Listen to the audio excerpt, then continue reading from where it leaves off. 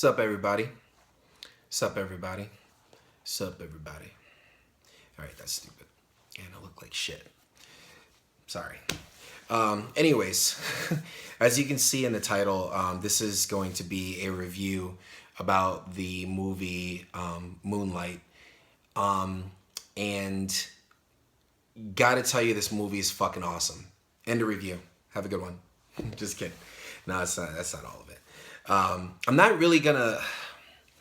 It's not. This is not really a movie review per se. I mean, I'm gonna. I can already tell you that it's a great movie, and yes, you should go see it.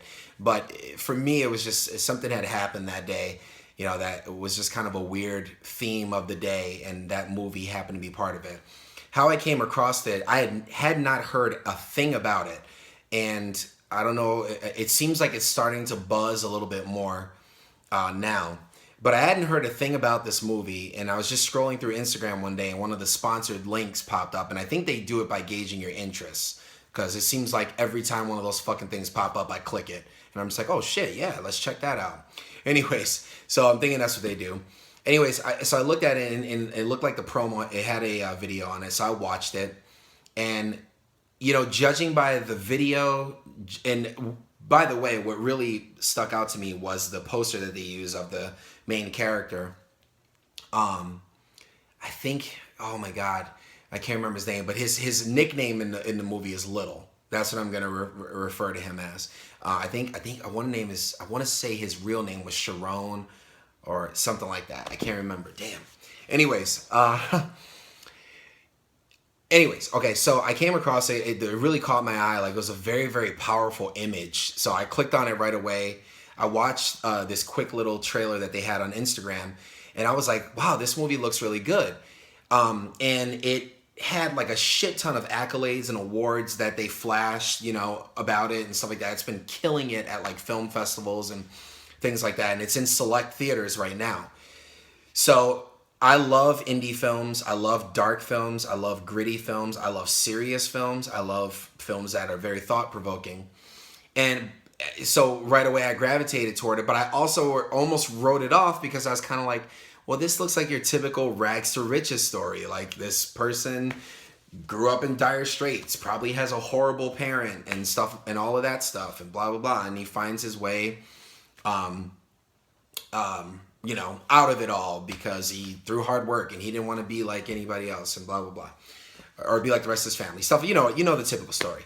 So anyways, so I was like, okay, it's obviously winning a bunch of awards, even though it looks like a typical rags to riches story. I still kind of want to see it. I still really want to see it. Not kind of, I really want to see it. So me and my girlfriend went and saw it last week, Friday. And, you know, she looked at the synopsis. And by the way, the synopsis it doesn't really let out what it's about either. And I didn't understand that at first until I watched the movie, and then I'm like, oh, I get it now. I get why they couldn't really say much about what it was really about. So the synopsis was kind of vague, at least the ones that I read.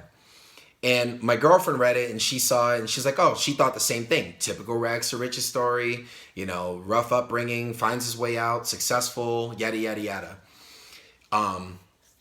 So we go and see it, and we could not be more wrong. Now, it is kind of that, but like not in a very happy-esque way. I mean, the movie is dark, it's gritty. The acting in it is absolutely fucking amazing. Like, everybody in the damn film fucking turned it out acting-wise. Janelle Monáe, I don't know if I've ever seen her in any other movies. Yeah, my fucking leg is falling asleep. I don't know if I've ever seen her in any other movies, but I'm pretty sure this was her first movie. I could be wrong about that. But she killed it too. Like, just absolutely killed it. Everybody in the movie was amazing.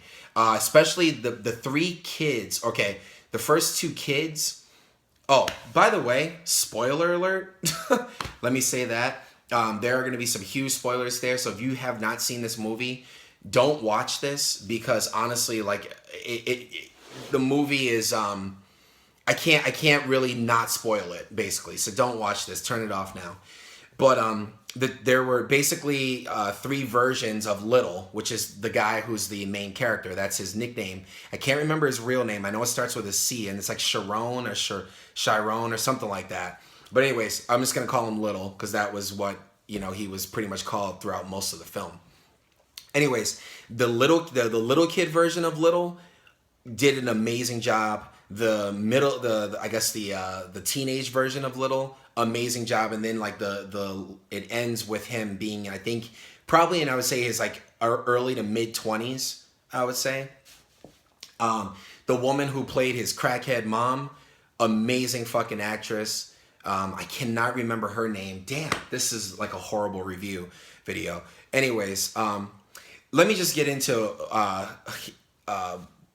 little bit what happened that day that was kind of interesting. It's kind of a weird happenstance. I gravitated toward the movie obviously because it was an all black cast, and it was getting all these accolades and things like that. And then I realized it really wasn't a typical rags to riches story. But so earlier that day, I was actually talking to a girl at work, and she's black, and she was saying how I was telling her this story about how me and my girlfriend went out to eat, and we were eating tacos, and the waitress went by, and she only saw me from behind, and I had on kind of like a leather moto jacket, kind of like what do you call it? Think of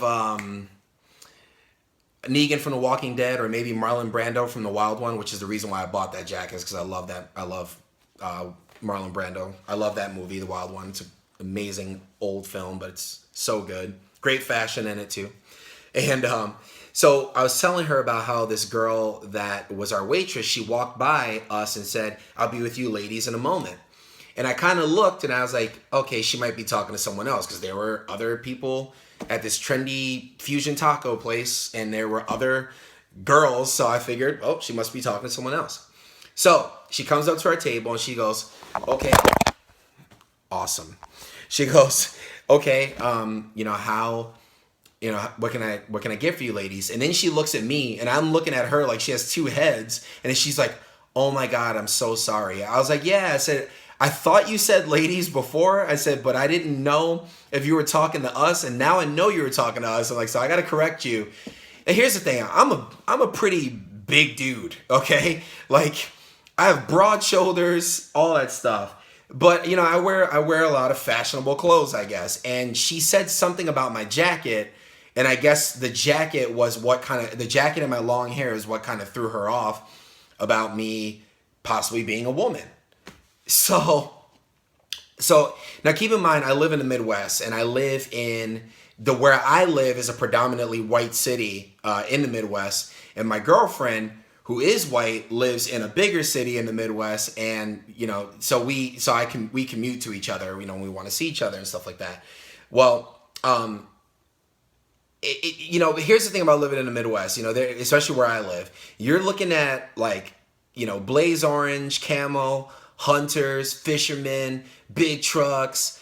Sometimes you see a Confederate flag or two, stuff like that. So we're talking about, this is like Machoville, USA, when it comes to like manly men shit, a lot of blue collar workers and, stuff like that. So yes, I'm a little out of place, and we won't talk about how I got here right now. That's a long story for another day. But anyways, I'm a little bit out of place, because I'm really into clothes and shit like that. So not only is it weird to be a black dude, living in this predominantly white city with all these macho white dudes, but also I'm also into fashion, and that is already rare enough for men in general. Now, what's interesting about this movie, okay, and as I was telling this girl this story about everything, and I said, it's just interesting to me how, if you are somebody that's into fashion as a male, either you're gay or you're a woman. There's nothing else. You couldn't possibly be a heterosexual male, that's into clothes. And I happen to be that. Well, it was kind of interesting because me and her got on the subject about, the black male image, and how, because of rap music and because of, where we grew up, where a lot of us come from, where we grew up. Like I was born in the Bronx, New York. Yeah, my accent was gone a long time ago, but I grew up in the Bronx, and my mentors, when I was living with my mom before I had, moved away, or before she died, was, hyper masculine brothers, selling drugs, carrying guns and shit like that, always wanting to fight, all of that stuff. You know what I mean? So I was telling her how, it's difficult sometimes because being a black male, you have to have this hyper masculine image, or you're just assumed to be gay or something like that. So that happened earlier today. We're having this conversation. So I'm watching this movie that I'm expecting to be just this typical rags to riches story. And it is not that at all. Like, it is the most unique story I think I've ever seen. I don't think I've ever seen a story like this. And basically the gist of the movie is this kid who had this horrible, horrible crackhead mother. He bonds with this basically a thug, basically a drug dealing thug. Basically bonds with him, and this guy becomes sort of a father figure to him. And what was weird is that he ends up dying, but they don't really disclose that about how that happened in the movie, which I found kind of weird. But it is what it is. But anyways, this guy, was his mentor and stuff like that. And what was so fucking amazing is this story, this guy Little, who bonds with this thuggish dude, right? Supposed to be hyper masculine, all of that shit. There's this amazing scene in the movie. And all throughout the movie, Little was being accused of being gay and stuff like that. So yes, you guessed it. This movie is more so about this kid who's struggling with his sexuality in this super fucking rough neighborhood, growing up around drug dealers. His mom's a crackhead, stuff like that. He's surrounded by hyper masculine, black males and stuff like that. And, everybody's calling him gay and all this other shit. There's also a really a crazy scene between him and this guy who comes off, again, hyper masculine. In fact, he was talking about earlier in the movie, talking about banging the back out of some chick, and then the principal caught him fucking this girl or whatever. And this guy ends up giving Little a fucking hand job on the beach. I mean, it's just not what you expected. Like, especially the backdrop. The backdrop is the ghetto, and usually you're thinking drugs, guns, shit like that. No, it's not about that at all. Yes, that stuff was kind of there, but it was more so surrounding the story about this young man who was struggling with his sexuality. And the funny thing is, this is a story you never ever get to hear about with that particular type of backdrop. And I just thought it was so unique because, yes, brothers who are hyper masculine and live in the hood and stuff like that, there are some of these guys that struggle with their sexuality too. But you don't dare talk about that shit in the black community because hypermasculinism is the thing that's a big deal in our community. Being hard, being tough, coming from the rough shit and having to find your way out of it. And the only way to do that is to fight your way out, basically. So, really interesting movie. That kind of coincided with a conversation I was having with a girl today about being a black male who's fashionable and things like that, and not the guy who's like ready to fight, stuff like that. I haven't been in a fight since I was 16 years old. But but that's it. You know what I mean? Like that's what was so interesting. And the movie, okay, so back to the movie. And I know I'm rambling. I get that. That's what I do. So sorry, deal with it. The movie's amazing though. Absolutely amazing. There's a scene in the movie, let's go back to this magical scene. So there's this awesome scene where he is sitting at the table with Janelle Monáe, and this thuggish guy that he bonds with is her boyfriend. And there's a scene in the movie where he asks him, and by the way, they don't really tell the timeline, but if you look at the fashion and shit like that, it looks like it starts out in the 80s, 90s, and then like the 2000s. That's what it kind of looks like. So anyways, there's this, by the way, sorry, I'm going all over the place. This movie is a romance. That's what it is. This movie is a fucking amazing masterpiece indie romance with an amazing black cast. Like that's the best way I could describe it. Okay, back to the magical scene. So, basically, he's sitting at the table, at a dinner table with his wife, Janelle Monáe, and her boyfriend plays, the character plays a boyfriend. And I can't remember his name, and I've seen him in other stuff too. In fact, he was actually in Luke Cage. He played the big boss guy that died. If you guys know who I'm talking about, he died before, Luke. He worked for Luke Cage's brother. You guys know who I'm talking about. Anyways, amazing actor. So he's sitting at the table, and the kid asks him, he says, "What's a faggot?" And then, here's the thing. When I grew up in the 80s in New York, if I asked my uncles what a faggot was, they would have looked at me and said, "You better not be no faggot. You better not be no faggot. Ain't no nephew of mine gonna be no fucking faggot." You know, shit like that. That's the kind of shit I would have got. But what was interesting about this movie is that this guy saw that this kid had zero guidance, zero upbringing, and he took a more delicate approach. Like, he looked at him and said, and he put his head down, a very sad voice. He said, "It's a way."